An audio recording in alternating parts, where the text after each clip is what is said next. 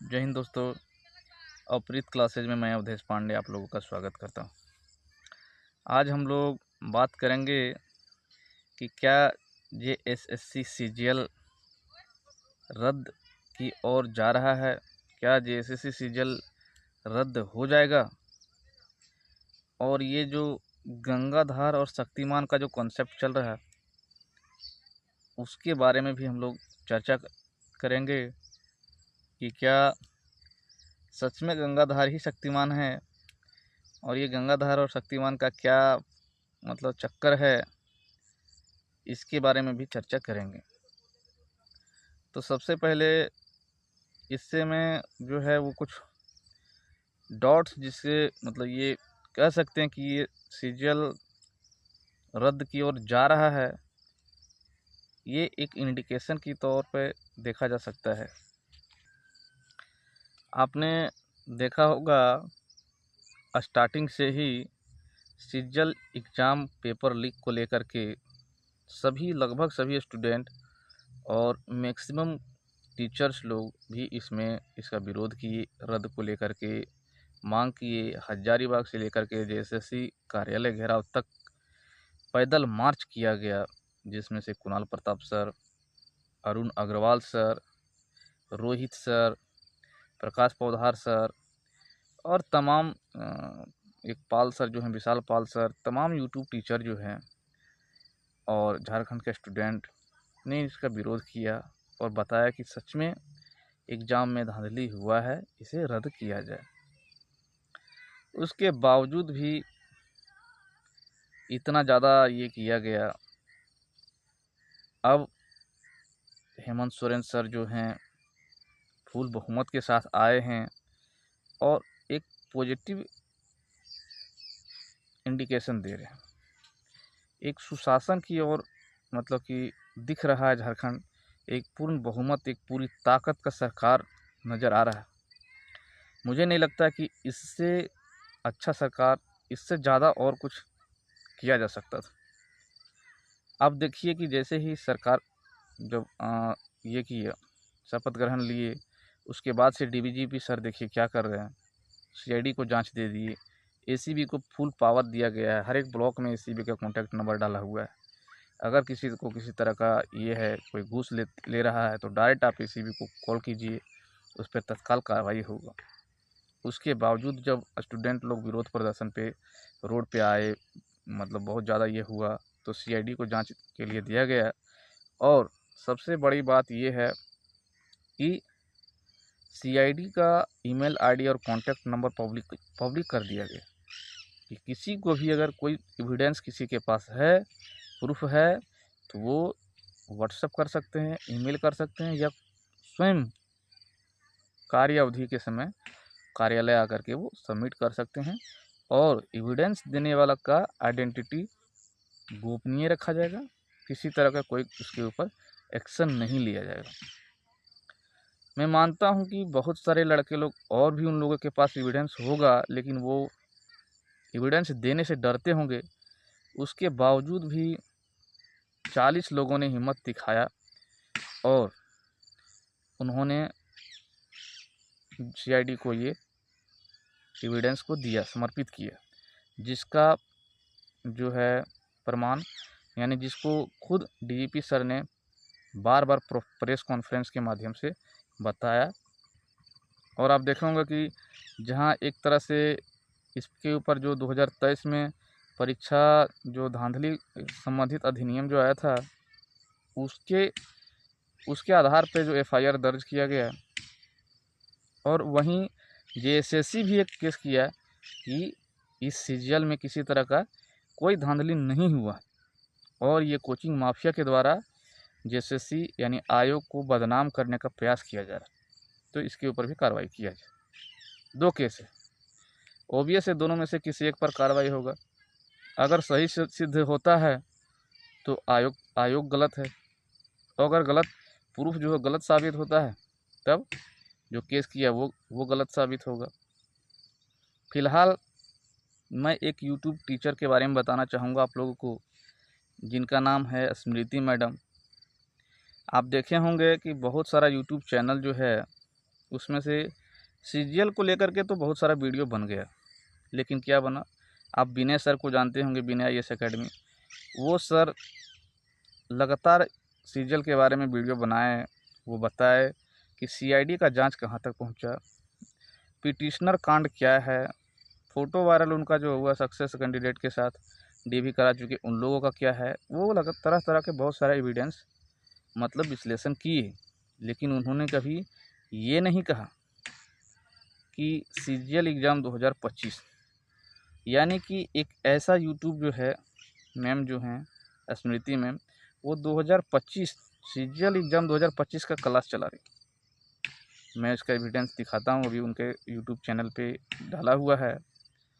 तो मैं भी हर एक वीडियो को देखा हूँ, हर एक नोटिस किया हूँ, तो कहीं भी स्मृति मैम को सीरियल विरोध को लेकर के कहीं कभी हम प्रेजेंट तो नहीं देख पाए, और ना ही अपने यूट्यूब चैनल में कभी वो सीरियल का विरोध को लेकर के कुछ बोलते नज़र आए। लेकिन एग्ज़ाम रद्द हुआ नहीं है, एग्ज़ाम का ज्वाइनिंग भी नहीं हुआ है, और JSSC सीरियल का क्लास स्टार्ट हो चुका। ये कहीं न कहीं कुछ इंडिकेट करता है कि क्या मैम को पहले से पता चल गया कि सीरियल का एग्ज़ाम रद्द होने वाला है और उन्होंने क्लास स्टार्ट कर दिया। इसका जवाब तो मैम ही दे पाएंगी। मुझे लगता है कि झारखंड में सबसे ब्रिलियंट टीचर स्मृति मैम ही हैं, अवश्य ही उन्हें इस बारे में कुछ जानकारी होगा। दूसरी बात हो गया कि 40 एविडेंस, जो 5 एविडेंस जो मूल मोबाइल जो जमा किया गया उसका तो फॉरेंसिक जांच तो होना ही है। उसके बाद भी अगर 40 एविडेंस जो लड़का लोगों के कैंडिडेट के द्वारा जो दिया गया है CID को, उसमें से 40 का 40 फॉल्स नहीं हो सकता है। ओबियस है कि 40 कैंडिडेट वो अपने स्तर से देख लिए होंगे, उसके बाद ही उसको जमा किए होंगे। तो दूसरा ये हो गया। अब तीसरा जो है वो गंगाधार का मैटर को समझते हैं। इसका मैं एविडेंस दिखा रहा हूँ, स्क्रीन पे आपको दिखाऊंगा। स्मृति मैडम का भी जो CGL 2025 करके दी, CGL 2025 करके जो क्लास चला रही, तो इसका जवाब तो स्मृति मैम ही दे पाएंगे। और जो एविडेंस जो दिया है वो DGP महोदय खुद से प्रेस कॉन्फ्रेंस में वो बता रहे हैं कि 40 एविडेंस उसके अलावा जमा किया गया है। इसके अलावा आप देखिए, ये गंगाधार और शक्तिमान का क्या कॉन्सेप्ट। आपको याद होगा कि एक गंगाधार जो है वो बुजुर्ग इंसान, कमज़ोर इंसान और चश्मा पहने हुए रहते हैं और अपने आप को सीधा साधा बताते हैं, यानी कि एक सीधा साधा उनका कैरेक्टर होता है। उनका एक महिला मित्र होती हैं जिनका नाम होता है गीता विश्वास। गीता विश्वास गंगाधार को जानती है, वो दोनों को अच्छा मतलब कि संबंध होता है, अच्छा दोस्त होते हैं वो लोग। और उसी क्रम में क्या होता है कि एक शक्तिमान होते हैं जो हर किसी का मदद करते हैं। शक्तिमान वो कहीं भी किसी को कोई आफत होता है, विपत होता है, वो वहाँ पहुँच जाते हैं। धीरे धीरे क्या होता है कि गीता विश्वास को बताया जाता है कि गंगाधार ही शक्तिमान है।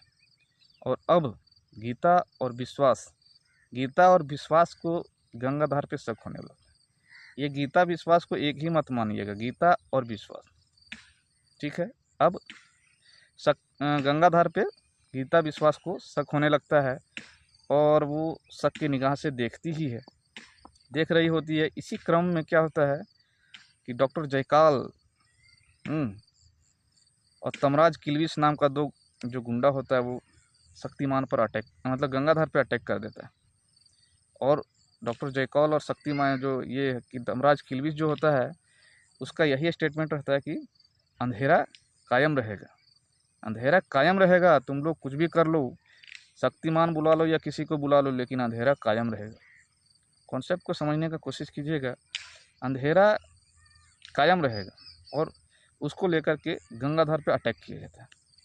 गंगाधर के सामने ही गीता विश्वास होती है, गीता और विश्वास होती है, और उसके सामने गंगाधर पर अटैक किया जाता है। अब चूँकि गंगाधर को जान बचाना है, क्योंकि तमराज किल्विस गंगाधर पर अटैक कर दिया है और उसको मजबूरन शक्तिमान बनना पड़ जाता है और वो तमराज किल्विस को मार देता है। तमराज किल्विस भाग जाता है, लेकिन फिर शक्तिमान गंगाधर बनता है, अपने आप को बचा लेता है, लेकिन गीता विश्वास को पता चल जाता है कि गंगाधार जो है वही शक्तिमान, समझ रहे हैं। तो शक्तिमान का क्लियर हो जाता है और इसी बीच सुप्रीम कोर्ट भी नज़र बनाए रखता है कि क्या सच में गंगाधार ही शक्तिमान है। इसका क्लियरिटी हो जाता है। तमराज किल्विश जो है वो प्रूफ कर देता है कि गंगाधार ही शक्तिमान है, और ये कोर्ट में भी प्रूफ हो जाता है, क्योंकि कोर्ट भी देख लेता है कि सच में ये गंगाधार जो सीधा साधा जो चश्मा लगाए हुए है और ये सीधा साधा इंसान अपने आप को दिखा रहा है, यही शक्तिमान है। अब देखिए क्या होता है, कोर्ट क्या निर्णय लेता है, क्या गंगाधार को पनिशमेंट मिलने वाला है, क्योंकि अब तक वो गीता और विश्वास को धोखे में रखा। क्या गंगाधर पे कार्रवाई होगा? अब कोर्ट इस पर निर्णय लेगी। अब देखिए आगे हम भी और आप भी सभी लोग कोर्ट पे नज़र बनाए रखते हैं, कोर्ट का क्या फैसला आता है। क्या गीता विश्वास को धोखा देने के आरोप में गंगाधर उर्फ शक्तिमान पर कार्रवाई होगा? तो अब हम लोग 22 तारीख को इंतज़ार करते हैं। बहुत बड़ा फैसला आने वाला है। गंगाधर उर्फ शक्तिमान के ऊपर फैसला है। आप लोग भी नज़र बनाए रखिए। हमको भी इंतज़ार रहेगा 22 तारीख का। अब देखिए कि भैंस उठती है और पानी में जाती है, भैंस पानी में जाती है कि या नहीं जाती, भैंस पगुराए रहती है या भैंस पानी में जाती है, ये 22 तारीख को क्लियर होगा। तो आप और हम दोनों 22 तारीख को कोर्ट के फैसले पर देखते हैं, नज़र बना के रखते हैं कि क्या फैसला आने वाला होता है और गीता विश्वास को क्या न्याय मिलता है या नहीं मिलता है। जय हिंद।